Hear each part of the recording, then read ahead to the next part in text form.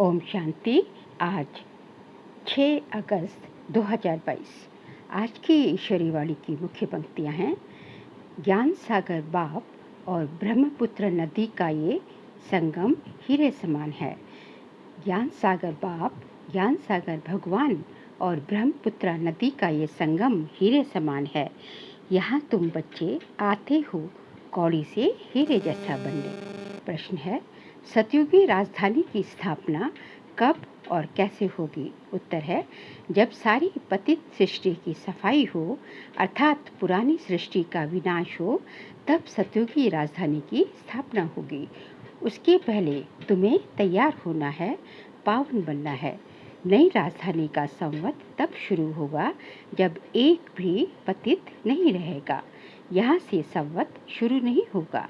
भल राधे कृष्ण का जन्म हो जाएगा, लेकिन उस समय से सतयुग नहीं कहेंगे। जब वह लक्ष्मी नारायण के रूप में राजगद्दी पर बैठेंगे, तब संवत प्रारंभ होगा। तब तक आत्माएं आती जाती रहेंगी। ये सब विचार सागर मंथन करने की बात है। गीत है, यही बहार है। ओम शांति। ये बच्चे कहाँ आए हुए हैं? ज्ञान सागर के कंठे पर। वैसे रहते हैं ज्ञान गंगाओं के कंठे पर, और अभी आए हैं ज्ञान सागर के कंठे पर। कौन है आए हैं ज्ञान गंगाएं? क्या बनने के लिए? कौड़ी से हीरे या कंगाल से सिरताज बनने के लिए। ज्ञान सागर क्या है? परमपिता परमात्मा शिव। और ज्ञान गंगाएं जो है, सारी जो है, जितने भी बाबा के बच्चे हैं वो सब क्या हैं? ज्ञान गंगाएं हैं। ब्रह्मा है ब्रह्मपुत्रा और शिव है ज्ञान सागर। ये है ब्रह्मपुत्रा नदी। बच्चा तो है ना ब्रह्मा वल्द शिव। तुम हो पोत्रे और पुत्रियाँ। ब्रह्मा के पिता का क्या नाम? शिव। और हम क्या हैं? हम बच्चे क्या हो गए? पोत्रे पुत्रियाँ। कलकत्ता में सागर और नदी का बड़ा भारी मेला लगता है। यहाँ गंगा, ब्रह्मपुत्रा और सागर मिलते हैं। ब्रह्मपुत्रा में और भी नदियाँ मिलती हैं। मुख्य है ब्रह्मपुत्रा और सागर का संगम। उनको ही कहते हैं डायमंड हार्बर। ये नाम अंग्रेजों ने रखा है। अर्थ कुछ भी नहीं समझते हैं, नाम सिर्फ ऐसे ही रख दिया है। बाबा अर्थ समझाते हैं। तुम आए हो इस समय ब्रह्मपुत्रा और ज्ञान सागर के पास सम्मुख। यहाँ भी सागर के सम्मुख जाते हो हीरा बनने के लिए, परंतु हीरों के बदले पत्थर बन जाते हो, क्योंकि वह है भक्ति मार्ग। ये संगम है आत्माओं और परमात्मा का मिलन। दोनों इकट्ठे हैं। वह जड़ और यह चैतन्य। ये तो कहाँ भी जा सकते हैं। ये तो कहाँ भी जा सकते हैं। तो बच्चों को हमेशा ये समझना चाहिए कि ब्रह्मपुत्रा और सागर दोनों इकट्ठे हैं। ब्रह्मपुत्रा हो गया परमात्मा ब्रह्मा बाबा, और सागर हो गए परमात्मा शिव भगवान, हो गया ज्ञान का सागर। दोनों इकट्ठे हैं, चैतन्य हैं, क्योंकि यह शिव बाबा की प्रवेशता जो है ब्रह्मा बाबा के तन में होती है। ये जैसे कि हीरे बनने का संगम हो गया। तुम हीरे जैसा बनो। ये है ब्रह्मपुत्रा और एडॉप्टेड ज्ञान नदियाँ, ज्ञान गंगाएं। ये नदियाँ तो अनगिनत हैं। उन नदियों का तो सबको मालूम है कि भारत में इतनी नदियाँ हैं। ये तो अनगिनत है। इन ज्ञान नदियों का तो अंत नहीं पाया जा सकता। सागर से नदियाँ इस समय ही निकलती हैं। पहले तो ब्रह्मपुत्रा निकलती है, फिर उनसे छोटी छोटी नदियाँ निकलती हैं। तुम जानते हो, नंबरवार पुरुषार्थ अनुसार कोई बड़े हैं कोई छोटे हैं। ये सब मनुष्यों को हीरे जैसा बनाते हैं। ऐसे भी नहीं कहेंगे कि सूर्यवंशी ही महाराजा महारानी बनते हैं। नहीं, यथा राजा रानी तथा प्रजा, तुम सबका जीवन हीरे जैसा बनता है। जो स्वर्ग के लिए थोड़ा भी पुरुषार्थ करते हैं, वह हीरे जैसा बनते हैं। ये ब्रह्मपुत्रा नदी और सागर दोनों इकट्ठे रहते हैं। तुम बच्चे जब आते हो तो अंदर में जानते हो कि हम जाते हैं बाप दादा के पास। इसीलिए जो है इन दोनों को जो है, एक है बाप और एक है दादा। तो जो है इन दोनों को बाप दादा कंबाइंड रूप में बाप दादा कहा जाता है। बाप ज्ञान का सागर है, फिर प्रवेश करते हैं इन ब्रह्मपुत्रा अर्थात ब्रह्मा में। इन द्वारा हमको हीरे जैसा बनाते हैं। अब जो जितना पुरुषार्थ कर श्रीमत पर चले, ये भी जानते हो जहाँ तक जीना है वहाँ तक पुरुषार्थ करना है। शिक्षा तो मिलती रहती है, इम्तिहान की रिजल्ट तो विनाश के समय ही निकलती है। एक तरफ रिजल्ट निकलेगी, दूसरी तरफ विनाश शुरू होगा, फिर तो हाहाकार हो जाता है, बात मत पूछो। इसलिए विनाश होने के पहले, लड़ाई होने के पहले तैयार होना है। समझना चाहिए बाकी और क्या समय होगा। और ये भी जानते हो कि जब हमारी राजधानी स्थापन होती है तो ये सारी सफाई भी होनी है। तुम पावन बनते रहते हो, वह है पतित। सब पतित खलास हो जाए, हिसाब किताब चुकतू कर सब वापस चले जाए, एक भी पतित ना रहे, तब कहेंगे पावन दुनिया। तुम इस समय हो पावन, परंतु सारी दुनिया तो पावन नहीं है। पावन बनेगी जरूर। जब विनाश होगा तब सारी दुनिया पावन होगी, उसको नई दुनिया कहेंगे। नई दुनिया का संवत कोई पूछे तो समझाना चाहिए, जब महाराजा महारानी तख्त पर बैठते हैं तब नया संवत शुरू होता है। जब तक नया संवत शुरू हो तब तक पुराना जरूर कायम रहेगा। यहाँ से संवत शुरू नहीं होगा। हम ब्राह्मण भल नहीं हैं, परंतु दुनिया या सारी पृथ्वी थोड़ी ही नहीं है, अभी है संगम। कलयुग के बाद सतयुग आना है। हम कहते ही हैं first Prince princess Radhe Krishna, फिर भी हम उस समय सतयुग नहीं कहेंगे। जब तक लक्ष्मी नारायण तख्त पर नहीं बैठे हैं तब तक कुछ न कुछ खिटपिट होती रहेगी। भल राधे कृष्ण आ जाते हैं। देखो ये है विचार सागर मंथन करने की बातें। सतयुग जब शुरू होगा तब संवत शुरू होगा। सूर्यवंशी डायनेस्टी का संवत फलाना, परंतु प्रिंस प्रिंसेस के नाम पर संवत कभी नहीं होता। बाकी बीच के समय में आना जाना होता रहता है। छिछी मनुष्यों को भी जाना है, कुछ ना कुछ बचे हुए तो रहते ही है ना। जो भी बचे हुए होंगे वह भी वापस जाएं, टाइम लगता है। ये कौन समझाते हैं? ज्ञान सागर भी समझाते हैं, तो ब्रह्मपुत्र ज्ञान नदी भी है, दोनों इकट्ठे समझाते हैं। वह कुंभ का मेला तो वर्ष वर्ष लगता है, ये कुंभ का मेला सागर और ज्ञान नदियों का मेला तो संगम युग पर ही होता है। तुम बच्चे कहेंगे हम जाते हैं माता पिता व ज्ञान सागर और बड़ी नदी के पास। बाबा हमको इस बड़ी नदी और इन नदियों द्वारा वर्षा दे रहे हैं, अर्थात हीरे जैसा बनाते हैं। कुंभ के मेले में कितना खुशी से, बड़ी शुद्धि से जाते हैं और वहाँ मनसा वाचा कर्मणा पवित्र रहते हैं। वह है जड़ यात्रा। यात्री अपना कल्याण करना चाहते हैं।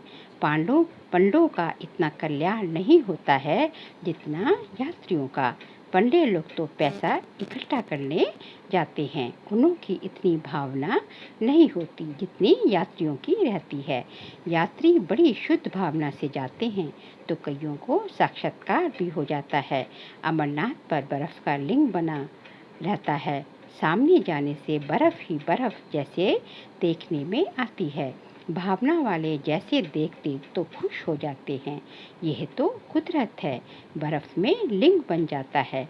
मनुष्यों की ऐसी भावना बैठ जाती है कुछ भी नहीं। सच्ची यात्रा तो अभी तुम्हारी हो रही है। मनुष्य समझते हैं भगवान के पिछाड़ी बहुत धक्का खाया है भगवान से मिलने, परंतु भगवान मिलता ही नहीं है। आगे बाबा ने कहा, बाबा ने समझाया है भगवान का तो चित्र नहीं निकाल सकते हैं, बिंदी का फोटो क्या होगा। वह तो समझाने के लिए कहा जाता है कि स्टार है, भ्रिकुटी के बीच चमकता है अजब सितारा। कई बच्चियां भ्रिकुटी में टीका लगाती हैं। ये सुना हुआ है ना कि आत्मा का निवास भ्रिकुटी में है, तो स्टार लगाती हैं। सच्चा तिलक अगर कहें तो वह है राजाई का तिलक, फिर बड़ा होता। सच्चा तिलक क्या है? जहाँ पर माताएं जो है टीका करती हैं, आत्माएं जो है वो आत्मा का निवास स्थान है। वो आत्मिक आत्मा के रहने की वहाँ पर जो है आत्मा का भृकुटी के तख्त के मध्य में जो है आत्मा निवास करती है। राजाई का तिलक फिर बड़ा होता है, वह स्थूल राज तिलक मिलता है। तुम बच्चों को ज्ञान आ जाता है कि हम आत्माओं को अब राज तिलक मिलता है। आत्मा समझती है कि अभी हमको परमपिता परमात्मा से राज तिलक मिलता है। भृकुटी के बीच बहुत अच्छा स्टार लगाते हैं, सोने का भी लगाते हैं। अभी तुमको सारा ज्ञान मिला हुआ है। हम स्टार हैं, अब हीरे जैसा बनते हैं। हम आत्मा स्टार हैं, परमपिता परमात्मा भी स्टार इतना ही छोटा है, परंतु उनमें सारी नॉलेज है। ये बातें बड़ी गुह्य हैं। तुमको ज्ञान अर्थात सोजरा मिला है। परमपिता परमात्मा के रूप को भी देखा समझा है। जैसे आत्मा का साक्षात्कार होता है, वैसे परमात्मा का भी होता है। कहेंगे जैसे तुम हो वैसे मैं हूँ। बाकी बच्चे को बाप का क्या साक्षात्कार चाहिए। आत्मा छोटी बड़ी नहीं होती, जैसे तुम वैसे बाप है। सिर्फ महिमा और पाठ अलग अलग है और सबसे भिन्न है, सबसे भिन्न भिन्न है। एक आत्मा का पाठ ना मिले दूसरे से। एक्टर्स का पाठ एक जैसा थोड़े ही हो सकता है, क्योंकि आत्मा रूप में हम जो है जब हम सब क्या है, जब ये सृष्टि पर उतरते हैं तो हम सब क्या बन जाते हैं, पाठधारी बन जाते हैं। हम सब एक्टर्स हैं। इसलिए बाबा कहते हैं कि एक्टर्स का एक एक्टर का पार्ट दूसरे से थोड़े ही मिल सकता है। इसको ईश्वर की कुदरत कहा जाता है। वास्तव में ड्रामा की कुदरत कहें, क्योंकि बाबा ऐसे नहीं कहते कि मैंने ड्रामा बनाया है। फिर प्रश्न उठेगा कि कब बनाया। इनको कहा ही जाता है कुदरत। ये चक्र कैसे फिरता है। सो अभी तुम जान गए हो, आत्मा स्टार है, उसमें कितना बड़ा पार्ट है। परमपिता परमात्मा सर्वशक्तिमान वर्ल्ड ऑलमाइटी अथॉरिटी है। ज्ञान का सागर कहा जाता है। यहाँ किसको ज्ञान का सागर नहीं कहा जाता। वेद शास्त्र पढ़ने वाले शास्त्रों का ही ज्ञान सुनाते हैं। बाकी बाप में जो ज्ञान है वह तो कोई में भी नहीं है। भगवान ही आकर सहज राजयोग का ज्ञान सिखलाते हैं। उनको ही ज्ञान का सागर कहेंगे। तो ये नदियों का मेला लगता है। ये भी समझते हो कि सागर से ही नदियाँ निकलती हैं। कई बच्चों को ये भी मालूम नहीं रहता है। वैसे ही तुम्हारी बातों को भी कोई नहीं जानते हैं। ज्ञान सागर कैसे आता होगा, उनसे ज्ञान गंगाएं कैसे ज्ञान पाती होंगी। ये है ज्ञान की बातें। मनुष्य द्वारा बुद्धि में जो बातें बैठी हैं, तो सच्ची बातों का किसको पता नहीं है। तुम अब उस सागर और इस ज्ञान सागर को जान गए हो। वो सागर जो पानी वाला और इस ज्ञान सागर को बाबा कहते हैं, दोनों को तुम बच्चे जान गए हो। अभी वह सागर और नदियाँ तो दुख देती रहती हैं। सागर भी उछल पड़े तो कितना नुकसान कर देते हैं। अभी ज्ञान सागर पतित पावन को सब याद करते हैं। उस सागर व नदियों को कोई याद नहीं करते। पतित पावन ज्ञान सागर को याद करते हैं। उस सागर से ही ये नदियाँ निकली हैं। उनके नाम रूप देश काल को कोई जानते नहीं। भल शिव नाम कहते भी हैं, सिर्फ लिंग का नाम रख दिया है। बाबा का नाम अविनाशी है ना। शिव बाबा रचिता एक है, उनकी रचना भी एक है और अनादि है। कैसे अनादि है वह बाबा बैठ समझाते हैं। सतयुग में ये त्योहार आदि कुछ भी होते नहीं, सब गायब हो जाते हैं। क्योंकि ये तो जो है जो सारे द्वापर से जो त्यौहार आदि है मनाते हैं, उत्सव मनाते हैं, ये जो है संगम युग के ही हम बच्चों के यादगार हैं, जो कि हम फिर जो है त्योहारों के रूप में द्वापर से मनाते हैं। फिर जो है भक्ति मार्ग में त्यौहार आदि शुरू होते हैं। मनुष्य समझते हैं स्वर्ग था फिर स्वर्ग आएगा, परंतु इस समय तो नरक है। इनकी आयु का किसको पता नहीं है। घोर अंधियारा है। कल की आयु का भी किसको पता नहीं है। कहते भी हैं ये जो ड्रामा है ये फिरता रहता है, परंतु आयु का पता ना होने के कारण कुछ भी समझते नहीं हैं। ब्रह्मा के मुख द्वारा बाप बैठ सभी वेदों शास्त्रों का सार समझाते हैं। तो उन्होंने फिर ब्रह्मा के हाथ में शास्त्र दे दिए हैं। वह भी सब शास्त्र हाथ में थोड़े ही पकड़ सकते हैं। वह ब्रह्मा द्वारा कोई सब शास्त्र थोड़े ही सुनाते हैं। जानते हैं ये सब भक्ति मार्ग के हैं। ये तो पढ़ते आए हैं। कब से पढ़ते आए हैं? जानते कुछ भी नहीं, सिर्फ कह देते हैं ये अनादि है।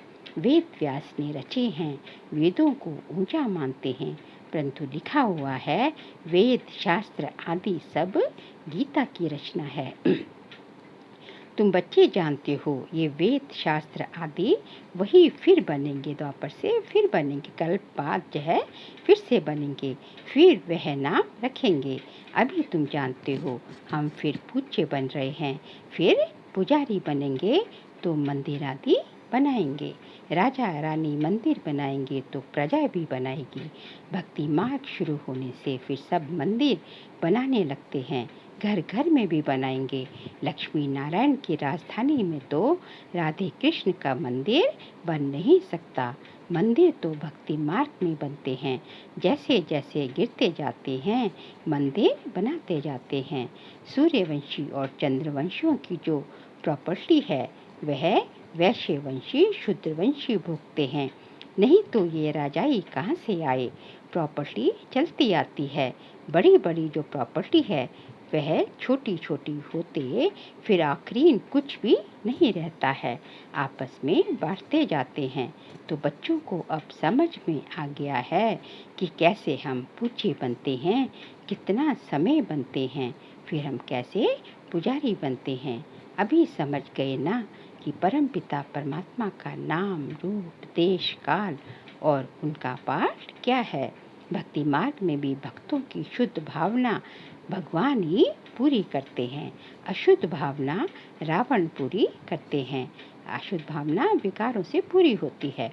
अभी तुमको ज्ञान सागर ने सारा ज्ञान बुद्धि में बिठाया है।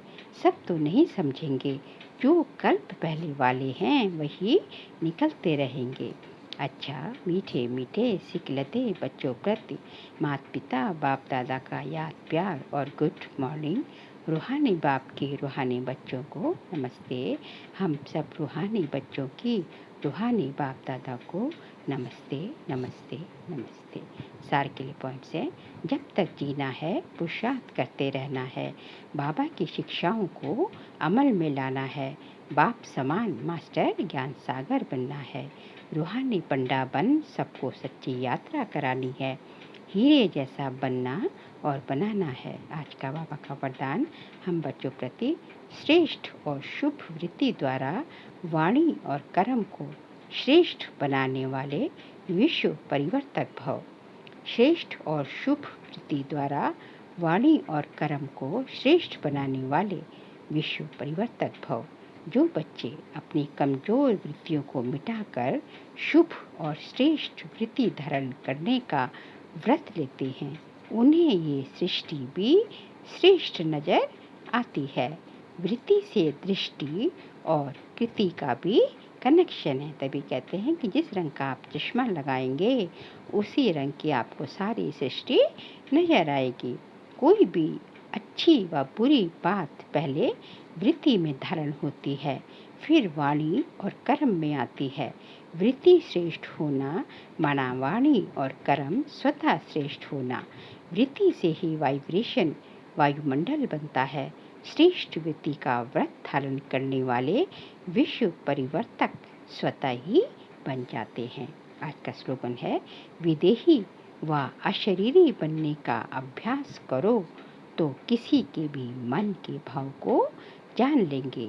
विदेही व अशरीरी बनने का अभ्यास करो तो किसी के भी मन के भाव को जान लेंगे। बाबा कहते हैं विदेही, जैसे राजा जनक को कहते थे कि उनकी अवस्था हमेशा विदेही होते थे, कि शरीर में होते, सब कर्म करते भी जैसे कि यह बिल्कुल शरीर से न्यारे, बिल्कुल शरीर से डिटैच, सब कर्म करते हैं, सब कर्म सारा राजपाट संभालते हुए हर कर्म करते हुए शरीर से न्यारे रहते थे। तो हमें भी ऐसे विदेही रहना इस दुनिया में ही है, रहना इस शरीर में ही है, लेकिन जैसे कि शरीर से उपराम और इस दुनिया से जब शरीर से ही उपराम है तो दुनिया से तो सतह ही उपराम हो जाएंगे।